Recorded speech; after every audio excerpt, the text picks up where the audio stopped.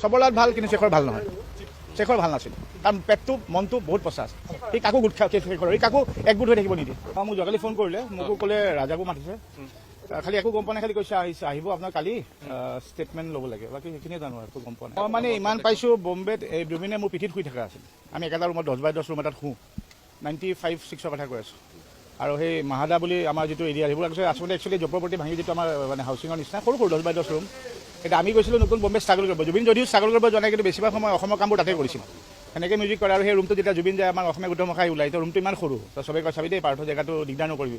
আমাৰ তই কৈছে, আৰু তেতিয়া মই মানে আৰু বহুত শকত আছিলে।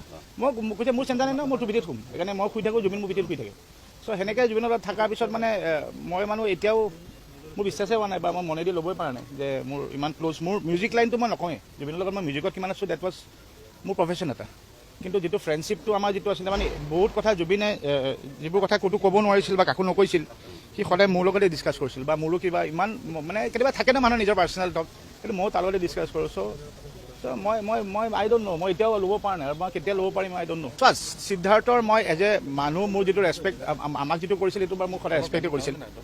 কিন্তু চাওক, সিদ্ধাৰ্থে বাকী বিজনেছ টাইমত যিখিনি বস্তু কৰিছিল, আজিলৈকে মইতো যেতিয়া মই অসম ঘূৰি আহিলোঁ 2011-12 মই নাছিলোঁ, তেতিয়াৰ পৰা কিন্তু সিদ্ধাৰ্থৰ লগত যদিও আমি প্ৰতিখন শ্ব' কৰিলোঁ, হিচাপ নাই কিমান শখন শ্ব' কৰিলোঁ, কিন্তু কেতিয়াও আজিলৈকে আমাক জানিব নিদিলে কোনখন শ্ব' কিমান টকাত কৰিছে, বা সেইবোৰ ডিছকাশ্যন আমাক জানিব নিদিলে। ছেকেণ্ড কথা, জুবিনৰ পইচা কি হেণ্ডেল আমি জানিব ইমান বিচৰা নাই, বাকী কেতিয়াও কিন্তু আজিলৈকে আমি নাজানিলোঁ যে বেছিকেলি আপোনালোকৰ মিডিয়াতহে জানো জুবিনৰ এইবাৰ কিমান টকাত শ্ব' হৈছে। আমি কিন্তু মিউজিক মেম্বাৰখিনি আজিলৈকে নাজানিলোঁ কিমান টকাত কোনখন শ্ব' কৰিছে। মানে গোটেইখিনি তেওঁলোকে চাই, আৰু আমি জানাটো ভাবাও নাই, আৰু তেওঁলোকে যেতিয়া নকয়, নিজে খুচৰি থাকিলে আকৌ কিবা ভাবে, আৰু তাতে ইমান পইচা কিয় সুধি আছে। আৰু আমি বেছিকেলি এই মেনেজমেণ্টৰ পইচা ক্ষেত্ৰতো কেতিয়াও নোসোমাইছিলোঁ। আমাক খালি পিছলৈ নাজানো কিয় এই লাষ্ট 2-এবছৰৰ পৰা মানে কথাই প্ৰতি পাৱাৰটো অলপ এডজাষ্ট কৰি, মানে হোটেল চোটেল থকাৰ কথা মই কৈছোঁ। আৰু কাৰণ চাওক, যেতিয়ালৈকে আমি আগৰ পৰা আছোঁ, আমি সদায় ক'ব লাগিব জুবিনৰ লগত যোৱা মানে we get the best of the best treatments. আমি মানে কিন্তু লাষ্ট লেটলি 1.5-2 বছৰৰ পৰা পাৱাৰটো এইবাৰ অলপ কম্প্ৰমাইজ কৰি বাজেট কম, কিন্তু পিছত দেখোন আমি গম পাওঁ বোলে এইখন শ্ব' বোলে ভাল পইচাতে কৰিছে। কিন্তু এতিয়া ছেকেণ্ড কথা হ'ল কি, জুবিনে কেতিয়াও জীৱনত পইচা কি সেই ভেলু কেতিয়াও সি গুৰুত্বই দিয়া নাছিল। যিটো মানে কেতিয়াবা মানে এনেকুৱা লৈ যায়, লগৰখিনি মই এনেকুৱা আছে, কমাৰ্চতে বিনয় জানে, কমাৰ্চত আমি আড্ডা দিছিলোঁ হয়নে, আগতে কেতিয়াবা বহি পেলাই কমাৰ্চৰ ল'ৰাখিনি কয়, বল বহুত দিন সিহঁতক খুৱাবলৈ যোৱা নাই।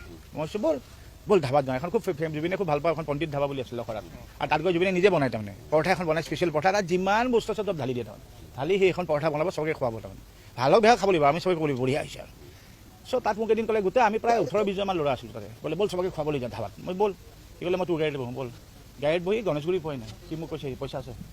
কৈছোঁ তই গোটেই মানুহখিনি মাতি আনিছে, পইচা আছেনে? 1 টকা নাই দেখোন পকেটত, আছে নাই? মই চব বল মেনেজ কৰিম। চ' ডেট ৱাজ জুবিন। সি কেতিয়াবা ৰাতিপুৱা উঠি আহে এনেকৈ পইচা এইফালৰ পৰা পকেটটো ওলাই, এইখিনিৰ পৰা ক'ৰ পইচা, এইখিনি, আৰু কেতিয়াবা ওলাই আহে এই জুবিনৰ তাত থকা চিকিউৰিটি ড্ৰাইভাৰ এই চবকে কৈ দিলে। এদিন মই এটা মল আছে, জুবিন যেতিয়া খাৰলিত আছিল, মুখত হোষ্টেল দুটা আছে, এটা মস্কো বয়জ, এটা গাৰ্লছ হোষ্টেল। আৰু জুবিনে সদায় মানে কৈ থাকে, এইকেইটা সদায় মোক জুবিন দা চিঞৰি থাকে, আজি গোটেইকেইটাক মাতো। তাৰ ফটকৈ এদিন ক'লে আহিয়া, মাতি দিলে। কৈছে মই কিয় গোটেই মাহে মাতিলে যে কথা আছে গোটেই মাহে মাতিলে, মাতিবলৈ গ'লে এতিয়া মোৰ খেতিখিনি চাফা কৰ, যিমান আছে চব একদম লাগি যা চব। আৰু ইহঁতৰ ল'ৰা ছোৱালী জুবিন দাই কৈছে একদম জুবিনৰ পাহাৰৰ খেতি চব নতুন ফুল লগাইছোঁ, চব বেড চিধা কৰ, কৰিব দিলে।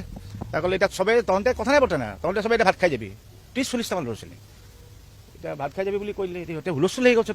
তাৰ জুবিনে ক'লে মাংস আন, মাছ লৈ আন, জুবিনে পইচা আন, ক'ত পইচা আছে, পইচা দিয়ে নাই ন।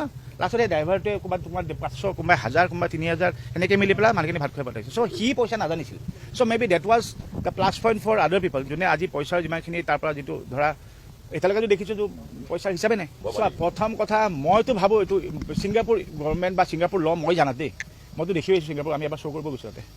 Singapore law' is one of the toughest and strictest law' in the world, কিন্তু as far as I no.